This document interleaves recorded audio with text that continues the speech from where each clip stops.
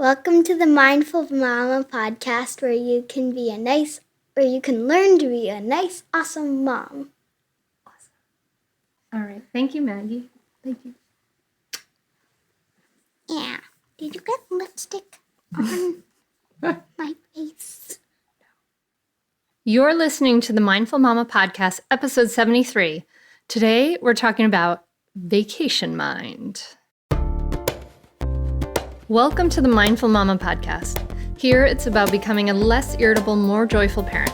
At Mindful Mama, we know that you cannot give what you do not have. And when you are thriving, when you have calm and peace within, then you can give it to your children. I'm your host, Hunter Clarke-FIELDS, Mindfulness Mama Mentor. I coach overstressed moms on how to cultivate self-awareness in their daily lives to take family and life to a new level of awakening. And I'm seriously not kidding about that. It's pretty cool. I've been practicing yoga and mindfulness for over 20 years, and I'm the creator of the Mindful Parenting course. And I'm the mom of 2 girls, ages 7 and 10. So thank you so much for being here today, dear listener. I know it's a privileged place for me to be here in your ears. So I'm really grateful that you are here and we get to spend this time together. In this episode, we're going to talk about vacation mind. And I'll tell you what that is, and I'll give you some insight into what that is and how we can bring actually vacation mind into our everyday life, which is cool. And we mix it up here on Mindful Mama. We'll have interviews, episodes with just me and you. And once a month, I have my friend Carla Nomberg on to discuss mindful parenting.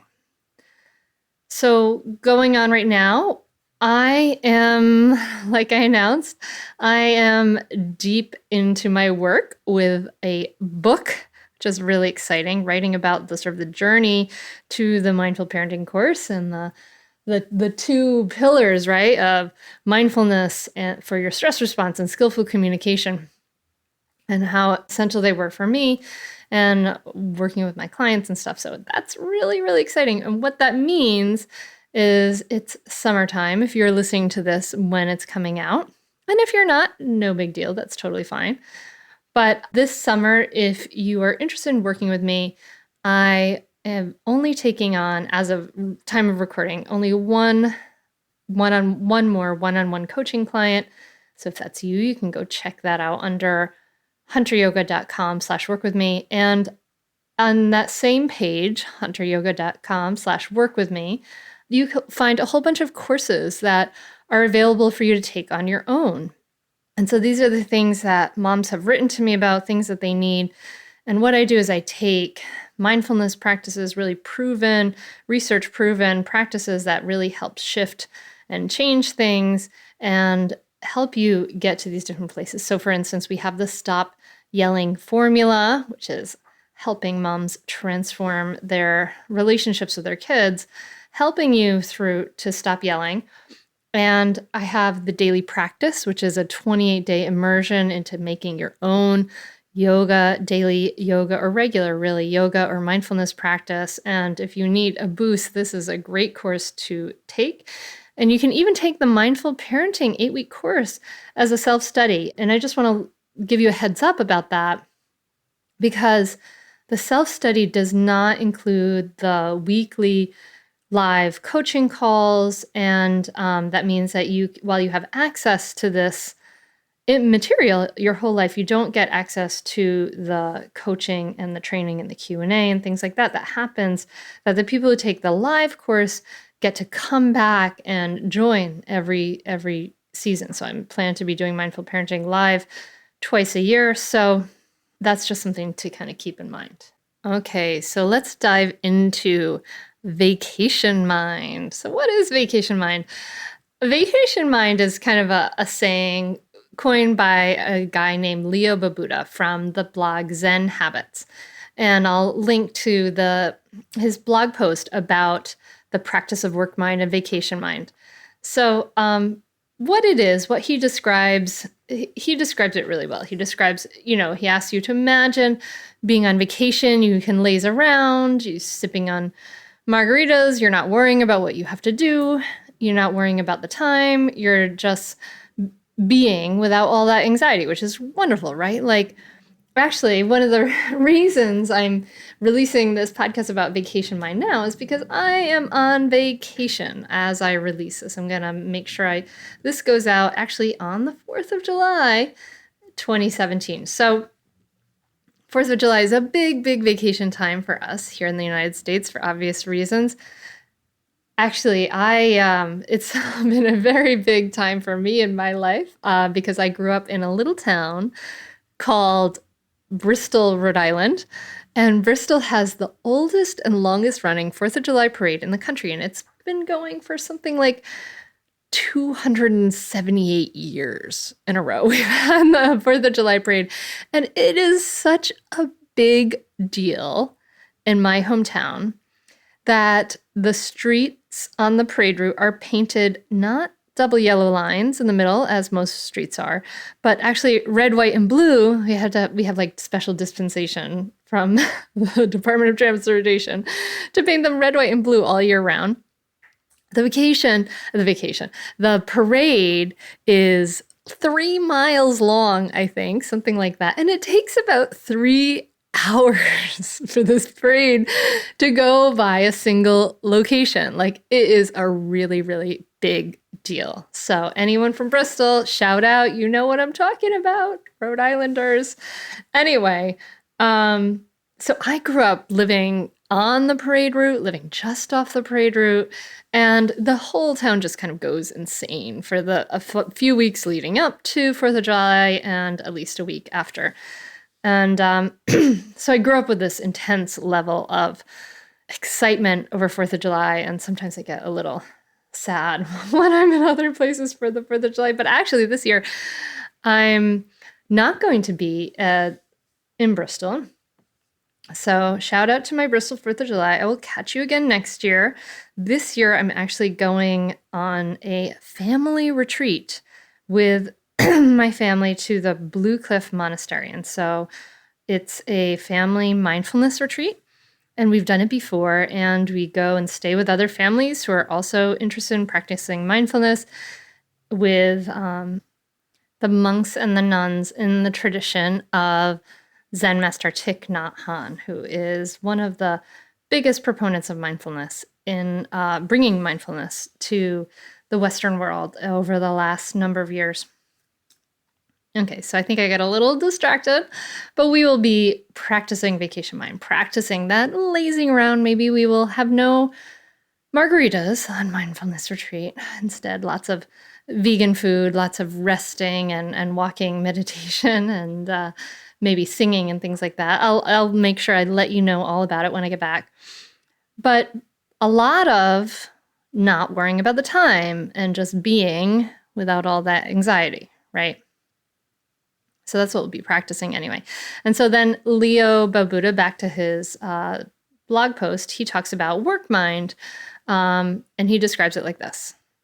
You are doing one task while worrying about the others, worrying that you're not doing the right task, thinking about all the other things on your schedule and task list, interrupted by others and filled with anxiety. So this is like vacation mind versus work mind, right? And he suggests this wonderful idea, and this is what I want to talk about here. The idea that, he suggests the idea that what if we could have vacation mind while working, right? Maybe we're not going to be lazing around having margaritas, but the same mindset, right?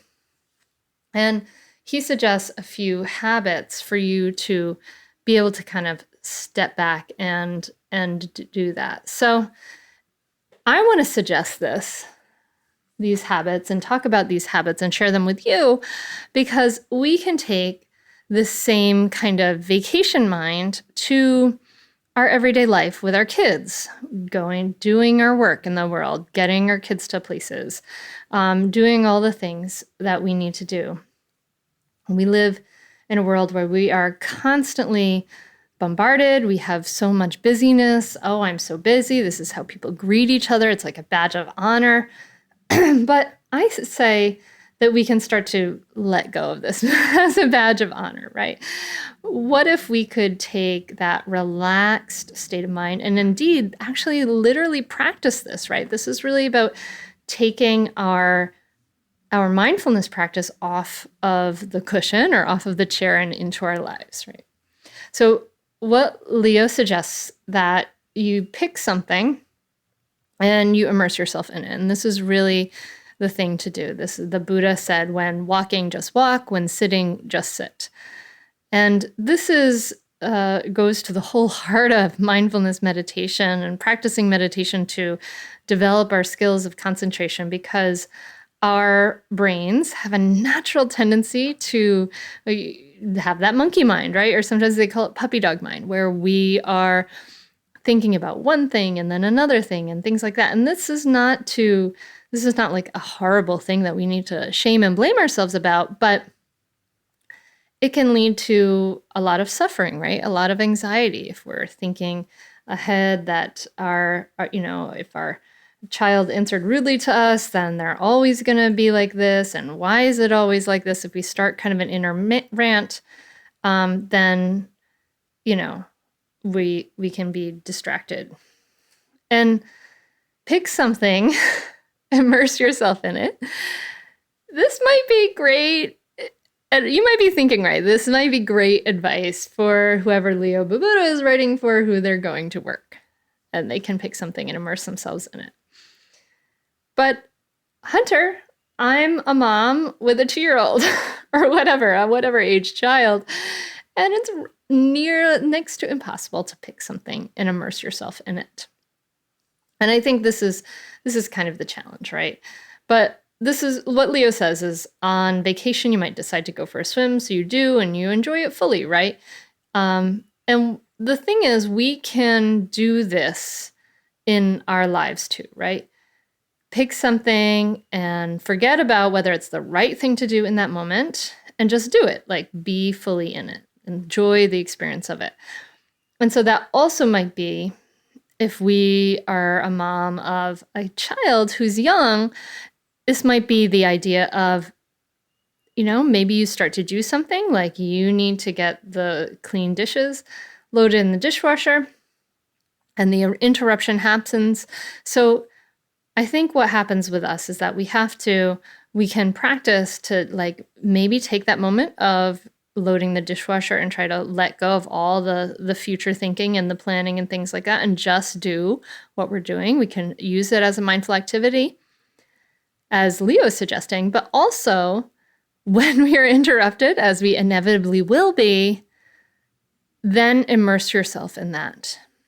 Like, a way you can do that is to just crouch down to your child, look at them, see what is going on, kind of look at them as if you're kind of meeting them for the first time, because really this is the first time you've ever been in this new moment with your child, right? This is the first time you've ever been in this moment, in every single moment. So can you practice to then be fully in the interruption? And when we have resistance to what is our child is bringing to us, right? When we have resistance, then we're much more likely to be reactive, because our brain sees this, as a stressor, as some kind of threat. So if we can, the practice is to practice to let go of our resistance to being interrupted. And we may have a thought, oh, I'm being interrupted. And we can just say, okay, thinking about being interrupted, and then just crouch down. Make it a practice. Crouch down, look at your child, pause, be in this now, into this new moment. What do you think? I think you could try it out. Let's try it out. The next suggestion Leo makes, so the first one was pick something and immerse yourself in it. The next suggestion is to let go of anxieties. And he admits this takes practice, right? Yep. Okay. And it does. It takes a lot of practice. Anxiety is something we might work with for a lifetime. But the practice of letting go of anxieties is to notice when the anxiety comes up, then notice the source of the anxiety. This might be some kind of outcome you hope will happen, like being productive, not messing up, controlling the situation, etc. And this outcome is really only a fantasy, as our other outcomes are too, right?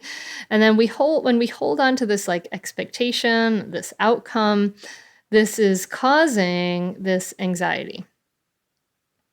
And if we can be compassionate with ourselves and let go of this unnecessary anxiety, this future thinking, then we can come back to being present. And now, I admit this is a huge thing, and I work with anxieties too. The way I work with my own anxieties is when I notice it, I feel it, I say, I try to kind of just take an observational stance at it, take a curious stance. Hello, dear anxiety, old friend, I say. I see you there. And I pause and I breathe and I try some sigh breaths, 4 or 5 of those. And then come back to being present. And you're not going to be perfect at it. No one is. That's okay. You don't have to be the Dalai Mama, as we say here, but you can practice to let go of anxieties. Number 3, how to bring vacation mind into your life. Step back and see the big picture. And this is the one that really makes me think of vacation mind in my mind, because it's the idea of so when we're on vacation, right, we notice what's going on around us. We take a look at the environment. At least for me anyway, I look at the trees, I look at the people, I look at the architecture of the place I'm in. I really take stock of the whole situation, trying to sort of absorb it, right? So do you do that? Do you kind of look around, try to absorb this environment? Well, we can do that too. But I think, so kind of taking stock of looking at what's going on. And also in this idea of stepping back and seeing the big picture, not only just seeing our physical environment, but seeing the big picture as in, taking in at your whole situation as it is right now, like a perspective. And I think that vacation brings that up for me, right? I tend to have some perspective. I talk about it with Bill, and we look at the big picture of life a little on vacation sometimes. So, while you're trying to immerse yourself in what's going on, also do yourself a favor and take back and see the big picture. See what is fully happening in the environment. And then go back to your immersion. Okay, so we've talked about the idea of picking something and immersing yourself in it, letting go of anxieties, and then stepping back and seeing the big picture. The 4th thing Leo suggests in this lovely blog post is to bring ourselves, remember, to the idea of vacation mind in our regular life. And I really like this one too, is to be less worried about time. Obviously there are times when time matters, right? We want to show up for appointments and be considerate of others and meet deadlines and things like that. But a lot of the time, he points out that we worry about time for no good reason. And I notice that in myself. And I think that as moms, we tend to do that a lot. We have a habit energy of trying to be on time to things, right? Or trying to be on time to everything. And so, at least for me, that getting out the door time can be really stressful. It's been something I've really been working on over the last year, recently, in the last several years, is to let go of some of the anxiety that arises in me in getting out the door.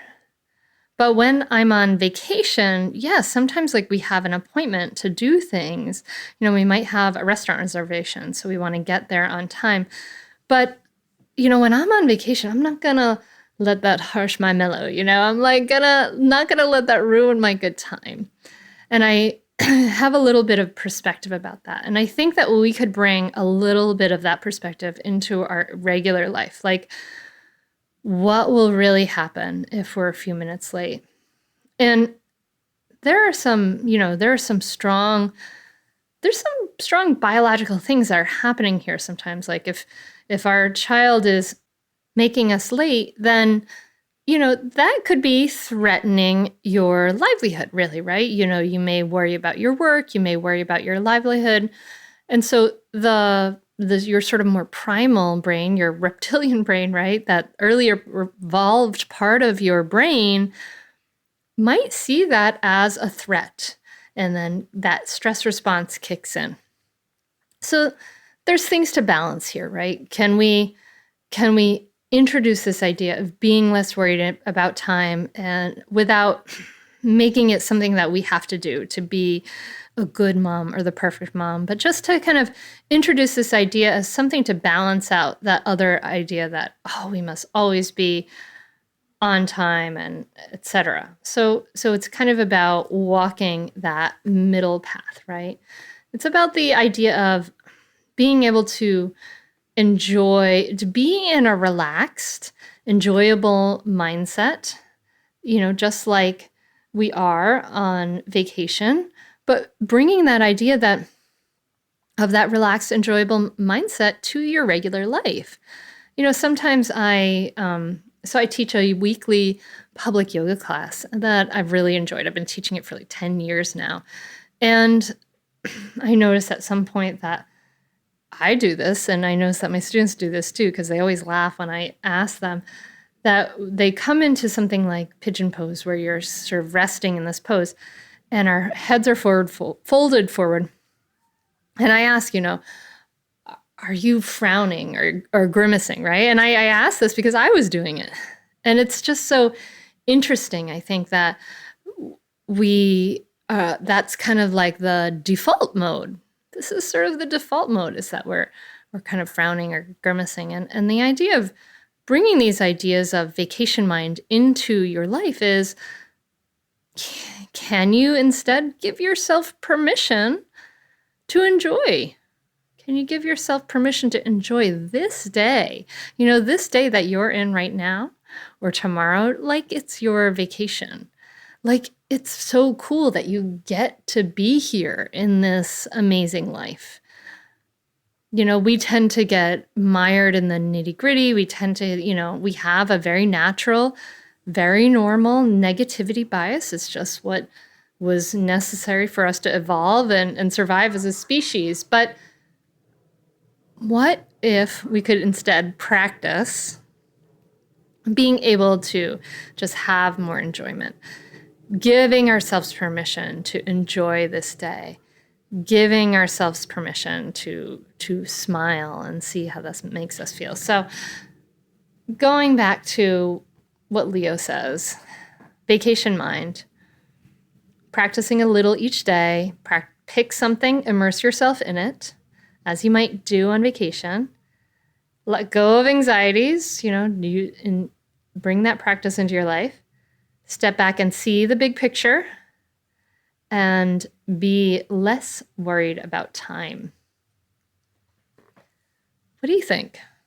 Is this possible? Maybe you're on vacation right now. Think about what you're driving to vacation, or you're coming home. How can you take a little of that vacation into your regular life? Some of that relaxation and enjoyment. I'm curious. I'd love to know. So thank you so much for listening, my friend. I hope that this podcast was beneficial to you. And if it was, would you be so kind as to leave me a rating and a review on iTunes or Stitcher? And if it benefited you, also share it with your friends, share it with your family. I have a super cool thing. You're going to hear a little bit more about it at the end, where I have a free training for you, a free audio guide called the Mindfulness for Moms Guide. And it's really to help you to respond rather than react with your children, try to help you get more grounded, and really walk you through the steps to be able to do that. And you can get this free audio guide at mindfulmomguide.com. So that's mindfulmomguide.com. So let's see, I said to subscribe and leave a rating, right? Yes, good. Yes, subscribe. Are you subscribed to the podcast?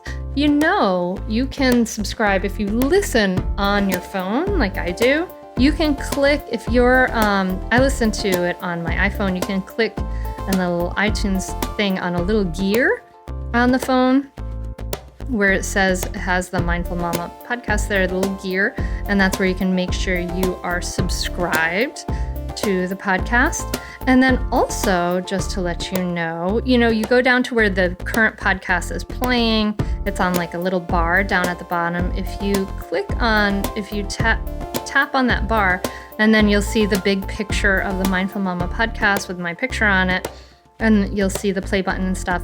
A kind of cool trick is that you can actually click on that picture of the podcast and you can get to the show notes there.